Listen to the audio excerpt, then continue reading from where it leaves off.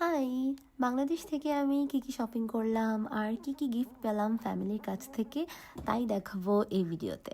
তো এই শপিংগুলো আসার কথা ছিল রোজার ঈদের আগে, কিন্তু তা হাতে এসেছে আমার কোরবানির ঈদের আগে।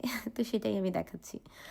তো এই প্রথম এই ড্রেসগুলো পাঞ্জাবি কাতুয়া এগুলো ছিল আমার আব্বা আম্মা আর সুমাপির পক্ষ থেকে ঈদের গিফট। আর এই ওভার সাইজ কুটু টি শার্টটাও সুমাপির পক্ষ থেকে গিফট ছিল, এই ব্লু কালার ড্রেসটাও।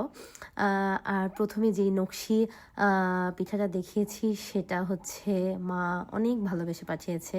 এটা আমি মাদার্স ডেতে খেয়েছিলাম, অনেক ভালো ছিল। আর কিছু ড্রেস আমি সামারের জন্য অফিসে যাওয়ার জন্য কিনেছি।